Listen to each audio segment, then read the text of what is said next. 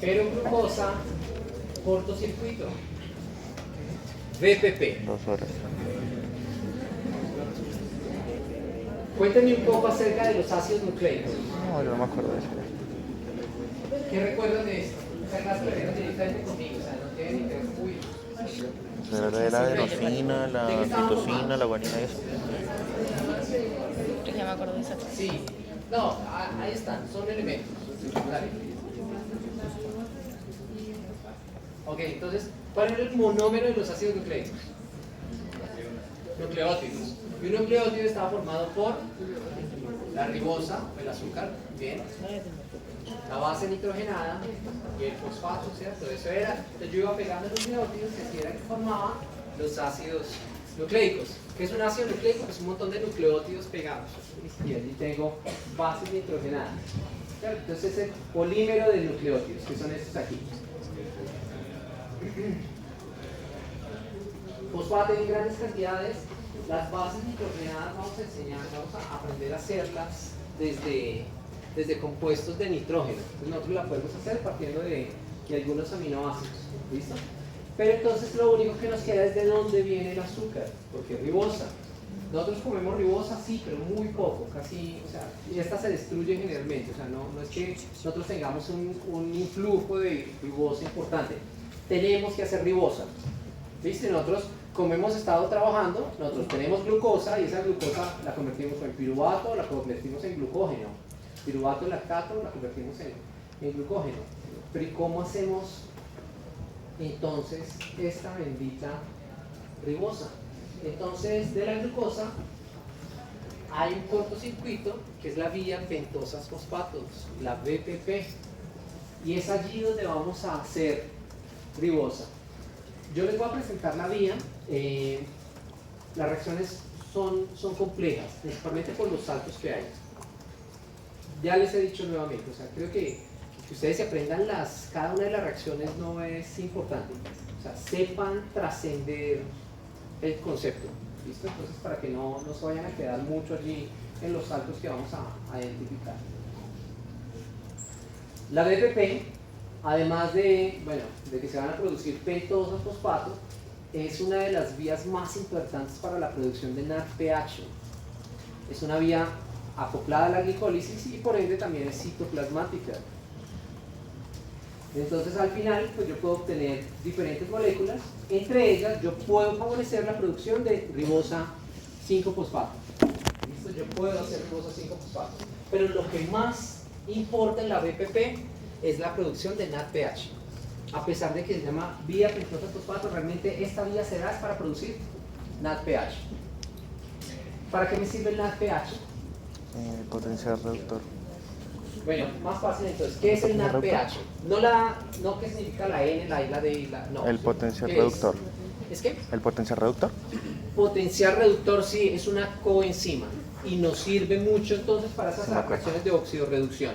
Él está, doctor, ¿oxidado o reducido? No estoy seguro. Usted sí, usted está seguro. No. No me diga eso. No estoy seguro. A ver, doctores, ahora sí con seguridad.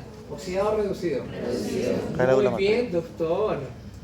Se le quemó al final. No, reducido, ¿cierto? Mira, ahí está, fácilmente. Con las H no lo olviden, ya tiene los electrones. Ya tiene los electrones, entonces está reducido. Entonces es un potencial reductor, de los más importantes que encuentro entonces a nivel celular. Esta vía no se hace para producir energía.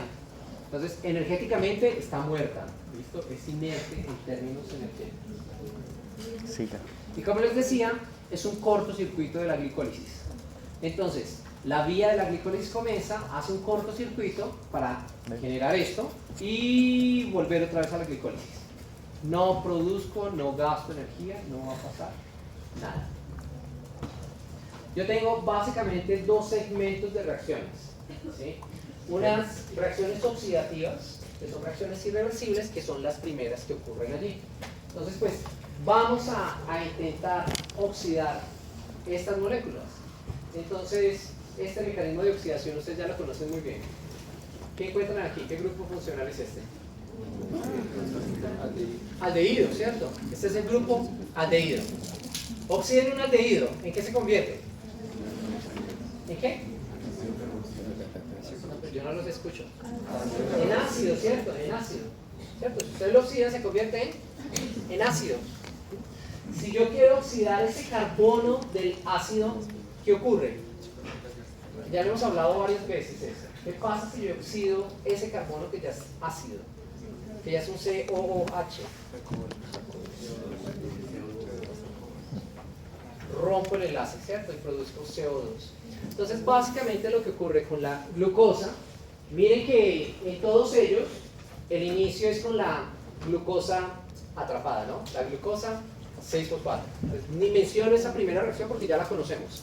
Entonces yo tengo glucosa 6-fosfato, oxido, gluconato. Y allí, en esta oxidación, yo empiezo a liberar NADPH. Y vuelvo a oxidar ribulosa 5-fosfato. Y vuelvo a producir NADPH. Pierdo un CO2, es cierto, pierdo un CO2. Pero entonces genero más NADPH. Estas son reacciones irreversibles, o sea, solamente van en ese sentido. De hecho, entre este primer paso y este de aquí, yo encuentro un par de intermediarios que realmente no es que sean interesantes en este momento. ¿Qué me interesa? Es que ustedes vean que en estas primeras oxidaciones yo empiezo a producir NADPH, o sea, NADP reducido, su versión reducida. La ribulosa 5-fosfato, pues yo no sé para ustedes, pero para mí esa vaina es rara, o sea, yo no la había escuchado. Entonces, esto tengo que convertirlo en algo que yo sí haya escuchado. Y entonces, para hacer eso, voy a utilizar unas enzimas que son las trans-cetolasas y trans-aldolasas para empezar a jugar con par de carbonos y empezar a moléculas más conocidas. Bien, entonces por eso les digo, no se vayan a quedar en esto. ¿Listo? ¿Qué es lo que me interesa? Es que yo ingreso en la vía no con una glucosa, sino con dos glucosas. Dos glucosas que me generan dos ribulosas 5-fosfato. Estas dos ribulosas 5-fosfato, una se me convierte en celulosa y la otra se me convierte en ribosa 5-fosfato. Ojo, si yo estoy en estado de crecimiento, en un estado totalmente anabólico, yo meto la vía solamente para producir ribosa 5-fosfato. ¿Por qué en un estado anabólico solamente hago ribosa 5-fosfato en la BPP? ¿Por qué qué? Claro, porque es así que yo hago los ácidos nucleicos. Entonces, si yo estoy en crecimiento y yo necesito que las células se dividan, yo necesito hacer nucleótidos. Y para hacer nucleótidos necesito ribosa. Entonces, yo puedo desviar esto única y exclusivamente producir ribosa 5-fosfato. Pero solamente en estados de crecimiento. Es crecimiento muy fuerte. Como estos estados no son tan comunes, yo hago la BPP, entonces, ¿para qué? ¿Para qué, doctora? Para hacer más reducidos. No te escuché, lo siento. Para generar la coenzima, el NAD reducido. Perfecto, NADP. Muy bien. Yo hago solamente la vía para generar NADP reducido, NADPH. Todas las células del cuerpo están haciendo NADPH. Los eritrocitos hacen NADPH, BPP. Los eritrocitos hacen gran cantidad de BPP. Todas las células están haciendo mucho BPP. Es que ya vamos a ver por qué es importante el NADPH. Bien, en el caso de que yo no necesite la ribosa 5-fosfato, yo tengo aquí ¿cuántos carbonos? 5, ribosa 5-fosfato, 1, 2, 3, 4, 5. Por acá tengo celulosa 5-fosfato. ¿Cuántos carbonos hay aquí? 5. 1, 2, 3, 4, 5. Lo primero que hago es utilizar una transcetolasa y muevo dos carbonos de uno a otro. Entonces, ojo, yo tenía 5 y 5. Muevan dos entre ellos. ¿Cuánto me quedarían entonces? Grosero. Uno con 7 Al amigo. y el otro con 3. Pitufo feo. Ahora yo puedo ya utilizar Me queda otra pitufima. transcetolasa, mover otros 3 y entonces dejar ese que tenía 7, lo paso a 4 y este lo Riéndose convierto miserable. en 6. ¿Sí? Miren que aquí yo ya empiezo a generar algunos productos que van a ingresar nuevamente en la vía glicolítica, como es el gliceraldehído 3-fosfato y la fructosa 6-fosfato. Por ahora yo tengo eritrosa. ¿Qué es la eritrosa? Entonces yo puedo volver a jugar, solamente transferir dos carbonos a la eritrosa para generar fructosa 6-fosfato. puedo generar en algunos casos nuevamente celulosa 5-fosfato, miren acá, que puede entonces volver a hacer los saltos para empezar a generar cualquiera de las dos moléculas. Entonces, como se dan cuenta, es simplemente un cortocircuito en el cual la glucosa sale, produce NADPH y empieza a producir fructosa 6-fosfato y gliceraldehído 3-fosfato. Así es como yo hago ese cortocircuito. Miren que no hay ATP en ninguna parte. Entonces, es energéticamente muerta, inerte. No genera cambios energéticos. Solamente lo utilizo para producir NADPH. Y obviamente en estados anabólicos, pues para producir ácidos nucleicos. Y es que, como lo ven ahí, es que es una vía que simplemente va a hacer ese cortocircuito para volver a generar moléculas intermediarias de la glicólisis. ¿Y qué hago con esa fructosa? Pues el gliceraldehído 3-fosfato, pues sigue la vía glicolítica. Y entonces no perdí nada, no se me perdió nada. ¿Listo? Todos los electrones y los carbonos que tenía allí siguieron entonces en el camino que necesitaba. Pero entonces, ¿por qué NADPH, doctor? Comenzamos con 10 carbonos. Sí. Y en algunos casos terminamos con 11 o 12. No, de hecho, seguimos con los mismos 10 carbonos. ¿Sí? Entonces, por ejemplo, acá yo tengo 7 y 3, y miren que estos 3 ya pueden o no seguir acá. Puedo volver a tener otros 3 para que estos 7 se conviertan en 4 y me salgan 6 aquí. Pero entonces yo produzco una celulosa adicional que con estos 4, ¿sí?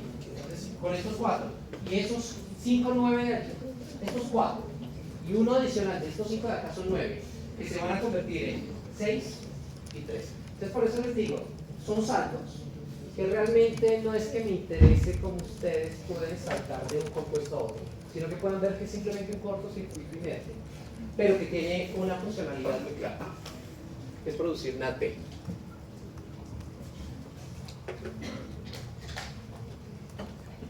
Y es que el NADPH es importantísimo en una gran cantidad de vías metabólicas. Entonces ya, como lo decía aquí el doctor, es un potencial reductor muy potente. Entonces, hay una gran cantidad de reacciones de biosíntesis que necesitan electrones. El NADPH es el principal dador de esos electrones. Unos muy buenos ejemplos es lo que ocurre en la síntesis de los ácidos grasos para producir ácido palmítico o en la síntesis inicial del colesterol. Yo necesito grandes cantidades de NADPH.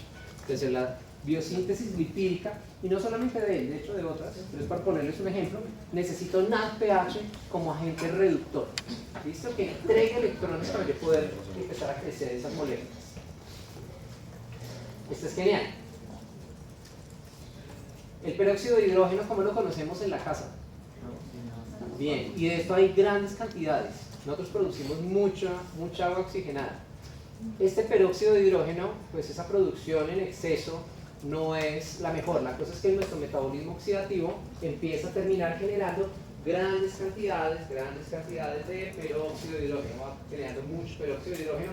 Él es bastante dañino. ¿Cómo yo puedo estabilizar cualquiera de estos radicales que se ven ahí? Miren, colocando electrones.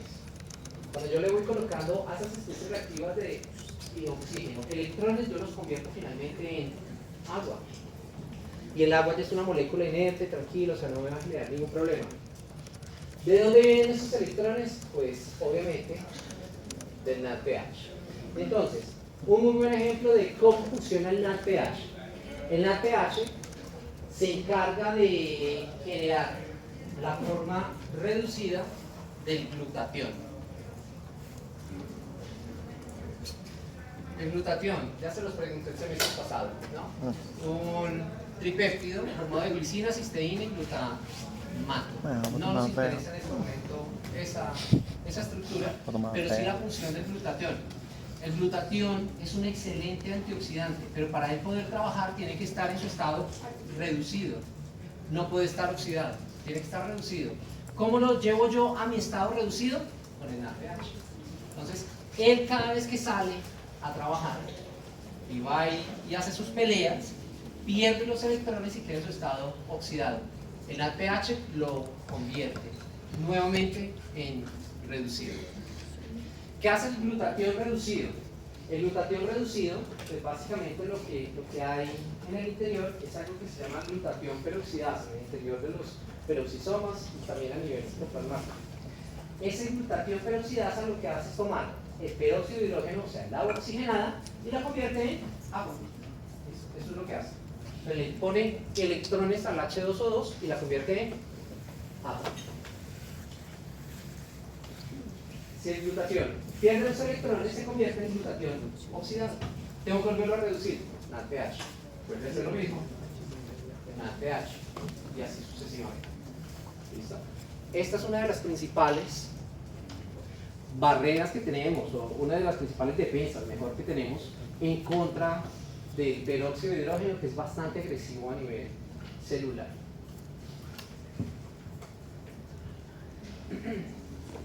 Importante en el sistema del citocromo CYP450 monoxigenasa. Ustedes ya van a hablar en algún momento sobre la farmacología del citocromo, porque a las manos de los citocromos llegan la mayoría de fármacos y xenobióticos. Entonces las reacciones de fase 1 que encontramos a nivel hepático, todas se dan por el citocromo. Entonces yo tengo que tener el citocromo reducido para poder hacer su acción. Si él está oxidado, ya no me sirve de nada. ¿Cómo lo puedo dejar reducido? Con el NADPH. ¿Listo? Para no extenderles el discurso allí.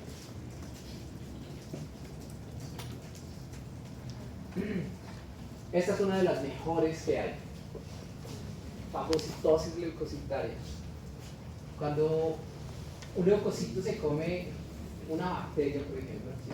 Fagocita una bacteria, en ese fagosoma el NADPH se encarga de generar una molécula que es el HClO. H de, ya saben, ClO. Cl cloro y O de oxígeno. ClO, ¿alguien tiene idea qué es eso?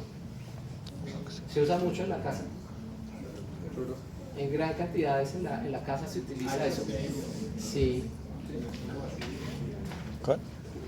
Casi, sí. Sí, de hecho, si yo no miro la H, solo el ClO es muy conocido. Bueno, uno no usa cloro. ¿Qué es lo que uno usa en la casa? Sí, la marca es Clorox. No, pero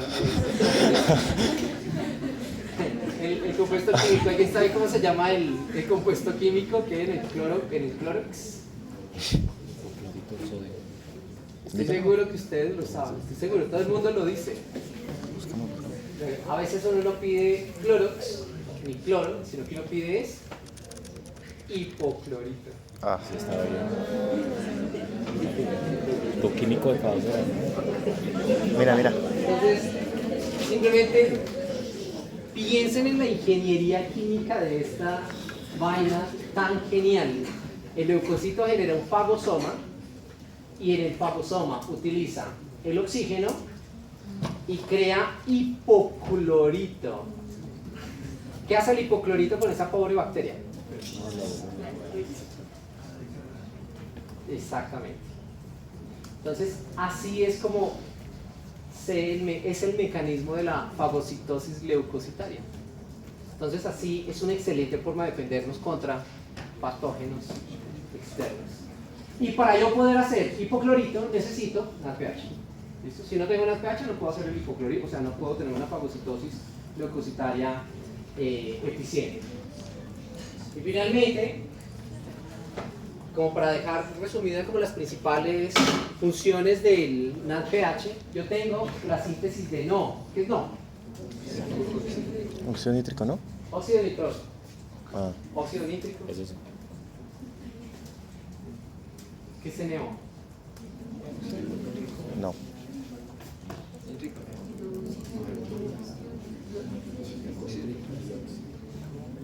¿Nitroso o nitro? Nítrico, es que el nitros es otra cosa. El nitro. No, el nitros es la que usan los carros.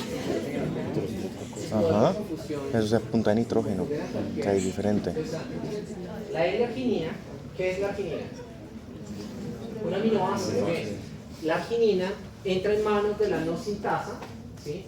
Y la no sintasa, esta óxido nítrico sintasa, utiliza el NADPH Utiliza el NADPH para poder producir óxido nítrico.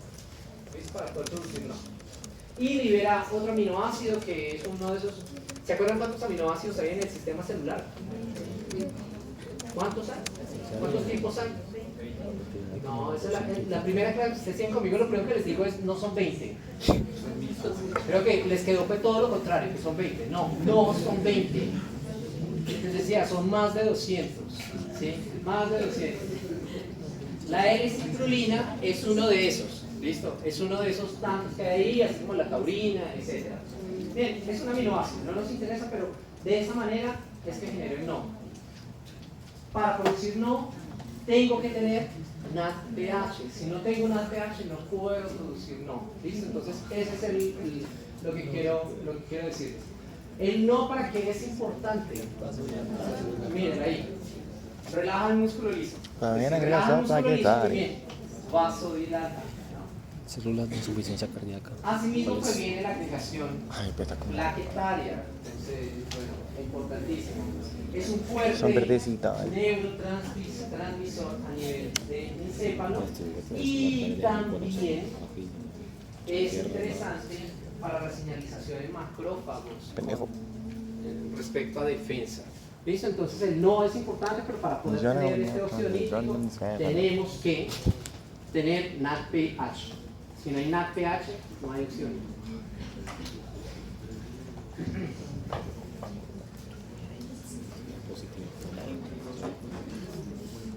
Eso que ven ahí son glóbulos rojos. ¿Sí? Y esos son los cuerpos de Haynes.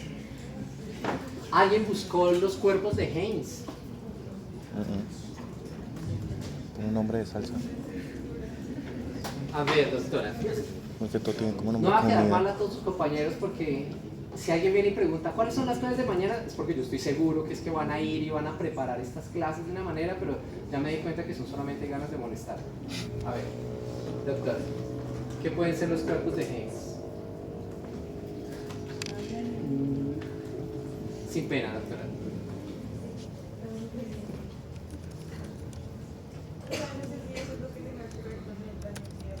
Ajá, sí tiene que ver con el daño oxidativo.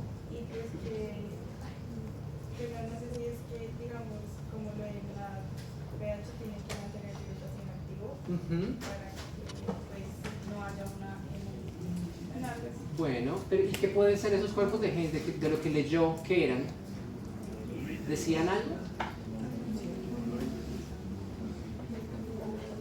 Tiene que ver con lo de las precipitaciones de la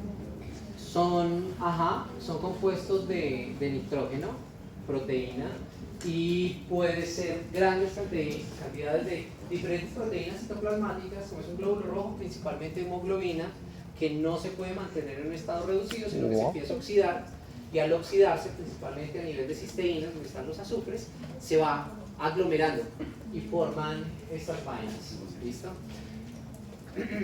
Enzima regulatoria de la glucogénesis.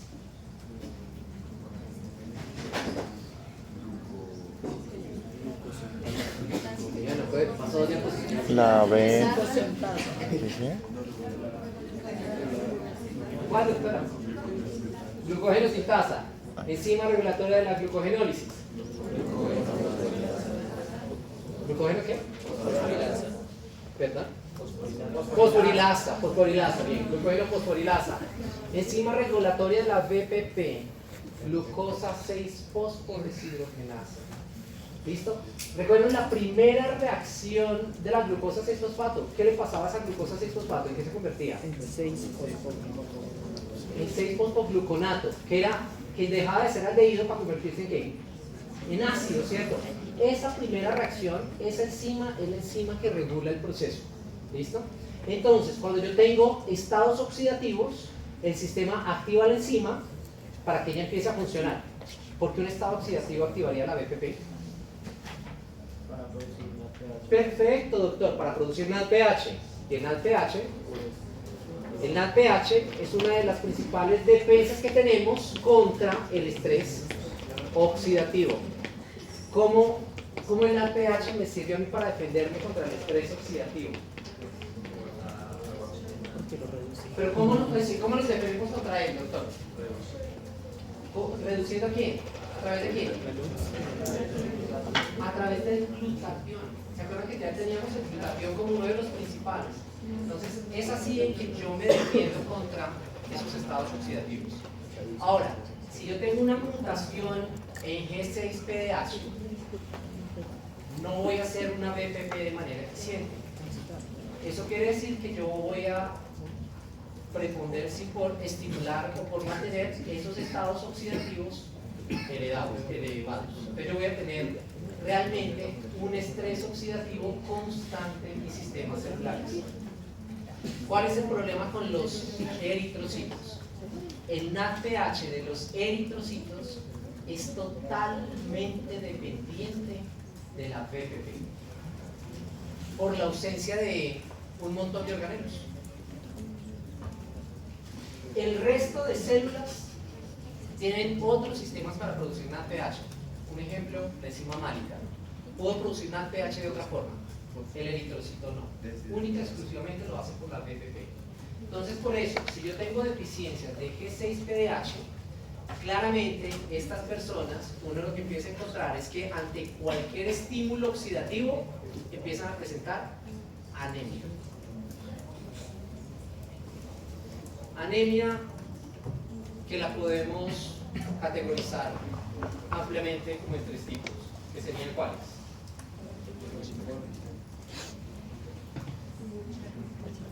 ¿Cuáles creen ustedes? ¿Cómo no le puede dar anemia? ¿Cómo, doctor? No, más grande, porque a mí me puede dar anemia, ¿por qué? Porque no produzco ¿qué? Glóbulos rojos, o sea, que sea glóbulos rojos degenerados, drepanocítica, perfecto. Otro tipo de, y todas las que estén relacionadas con eso, entonces ya sabemos que son drepanocíticas, listo. Otro grande grupo de anemias. ¿Por qué me puede dar anemia? ¿Por qué? Hemolítica. Perfecto, que viene, perfecto, doctor, que viene con la primera, que la forma del glóbulo rojo no se ve bien, o sea, que la génesis esté mal. Todas esas drepanocíticas, listo. Vamos con otra, ¿por qué me puede dar anemia también? Por eso, no, esa tiene que ver con esta grande drepanocítica. Muy bien, listo. O sea, no se producen mal. ¿Cuál otra? Hemolítica. Hemolítica, claro, o sea, que el glóbulo se muera, se destruye. ¿Y la otra? Me copiaron. ¿Cierto? En este caso, si yo tengo un daño oxidativo, ese daño oxidativo me genera los cuerpos de Heinz. Los cuerpos de Heinz me encargan de dañar mi glóbulo rojo y el glóbulo rojo se destruye. ¿Qué tipo de anemia? ¿A cuál pertenecería esta anemia? Hemolítica, definitivamente. Entonces yo puedo encontrar que un paciente con G6PDH va a tener aumento de anemia hemolítica. G6PDH es las mutaciones en G6PDH están distribuidas en el mundo de una forma muy peculiar. Y acá cuando uno estudia genética de poblaciones se ve lo maravilloso de la clínica. A nivel occidental y nórdico uno encuentra una baja una baja incidencia de estas mutaciones en la población. Realmente casi que no hay. Esta mutación es muy escasa. Pero a nivel africano es elevadísimo. Muy diferente. Y esto tiene que ver con condiciones de presión casi que evolutiva. Y es que en el continente africano hay problemas con parásitos. Por ejemplo, no sé, la malaria es uno de los mejores ejemplos. Este parásito tiene un ciclo de vida dependiente de eritrocitos. Las personas que tienen G6PDH tienen eritrocitos que no alcanzan a vivir los 3 o 4 meses, sino que son eritrocitos que viven al menos un mes y se mueren. Eso lo que hace es que sus médulas estén súper activas y ellos, para compensar esto, van produciendo más eritrocitos, solamente que son eritrocitos que duran muy poco tiempo. El parásito necesita 2 meses de incubación en un eritrocito. Como quien tenga la mutación es totalmente beneficiosa, totalmente, sí, porque termina siendo inmune a la malaria. Lo que no pasa en el resto del mundo, donde la influencia de malaria es muy baja. Y tener anemia hemolítica es mucho peor. Entonces, es supremamente interesante cómo es la distribución demográfica de esta mutación a nivel mundial. La AAA, elementos que estimulan estrés oxidativo, antipalúdicos, antibióticos y algunos analgésicos, analgésicos y antiinflamatorios. La AAA son los que producen grandes cantidades. Entonces, generalmente una paciente con mutación en G6PD se da cuenta cuando está en un estado de estrés oxidativo. Realmente pasan su vida normal hasta que empiezan a consumir grandes cantidades de un antipalúdico, no sé, o empiezan a utilizar un AINES de forma controlada y empieza a generarles anemia. Ahí es donde uno se da cuenta si quiere. Estrés oxidativo también puede ser generado por el favismo. ¿Alguien sabe qué es el favismo? ¿De pronto? No es común, o sea, realmente es una palabra difícil. Doctores, guarden los celulares. Abstráiganse por un momento de ese mundo virtual e intenten estar aquí conmigo. Bien, consumo de habas. El consumo de habas genera estrés oxidativo. Eso se conoce como favismo. Por eso es que las habas, el consumo reiterativo de habas, está asociado con el desarrollo de cáncer gástrico. Ojo, cuidado con lo que estoy diciendo. Estoy diciendo que quien desarrolló cáncer gástrico presentó entonces un consumo de habas. ¿Listo? Hay una asociación directa. No estoy diciendo que quien come habas le da cáncer gástrico. ¿Listo? Son cosas muy diferentes, cuidado. ¿Listo? Es un factor simplemente de predisposición. No con esto digo que quien come habas le da cáncer gástrico. ¿Listo? Entonces allí hay unos muy buenos ejemplos. Grabando, Valentina, ¿Cómo pasando. funciona la BPP? ¿Listo? ¿Y para qué nos puede servir? Muy fácil por mí. Te mira, sapo. Muy fácil por mí. 10 minutos para ir al baño, esas cosas. Sí. Está muy corto. ¿Sí? Ese cerebro de un trabajador de cuello blanco. Cuello blanco. Y eso es. O sea, de un funcionario, de un ejecutivo, ¿no? Ah, Eso es lo que se necesita en white collar. Miren esta vaina, o sea, el tipo no tiene ningún problema neurológico. De hecho, miren su IQ. ¿Cómo está? Claro que sí, tuvo un problema cuando era niño. Estos son los percentiles, que en el percentil 75. Y tuvo problemas cuando nació. De hecho, solamente empezó todo por el dolor en la pierna, pero finalmente se dio después de que fue intervenido. La cosa es que cuando el tipo le hacen, o sea, ustedes están viendo esta imagen de acá. No sé si ya estén familiarizados con estas imágenes. no. Miren, les muestro cómo son los Veo la cresta cali. ventrículos laterales. Miren el tamaño de los ventrículos laterales. ¿Sí los ven? Miren el tamaño de los ventrículos de esta persona. No tiene el 90% del cerebro y nunca se dieron cuenta. O sea, nunca tuvo ningún problema. Esto es plasticidad neurológica de una forma Creo que ya no tengo, ¿no? absurda. Que va a tener un... Alguna vez en mi postdoctorado trabajamos con personas que les habían quitado un hemisferio completo y uno veía cómo el otro hemisferio empezaba a tomar las funciones del que se había perdido. Pues obviamente no quedaban perfectos, pero quedaban, o sea, tenían una vida muy normal. Pero yo nunca había visto una cosa, o sea, uno perdía el 50% del cerebro. No, este tipo tiene el 90% del cerebro ausente. Es demasiado. Miren aquí esto, o sea, miren, solamente tiene corteza, ¿sí lo ven? El neurocórtex solamente está la corteza, que en últimas es donde se hace la mayoría de la integración y donde sentimos y demás cosas. Pero se encargó de hacer, o sea, esa área se encargó de hacer todo lo demás. No, y el artículo es de Lancet, o sea, no es una mentira. Entonces, miren, ahí está como cerebro, miren los ventrículos laterales. Miren a 4, este es 3. Ahora miren los ventrículos laterales, 3 pues está unido con ellos y 4 es gigante. De hecho cuando lo miran aquí, miren este de forma sagital cómo se ve. No hay nada, o sea no hay cerebro. Wow. Miren.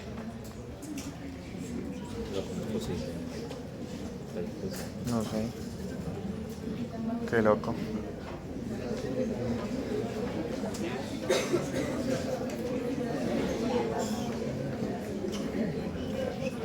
Bien, entonces nosotros tenemos glucosa que se puede ir.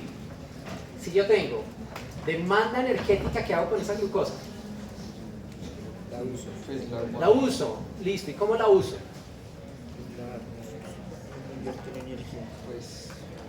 ¿Cómo que es usar la glucosa? O sea, si yo tengo siempre, de hecho, siempre la voy a usar. Si estoy en demanda energética, ¿qué pasa con esa mayoría de glucosa? Por ejemplo, si yo estoy en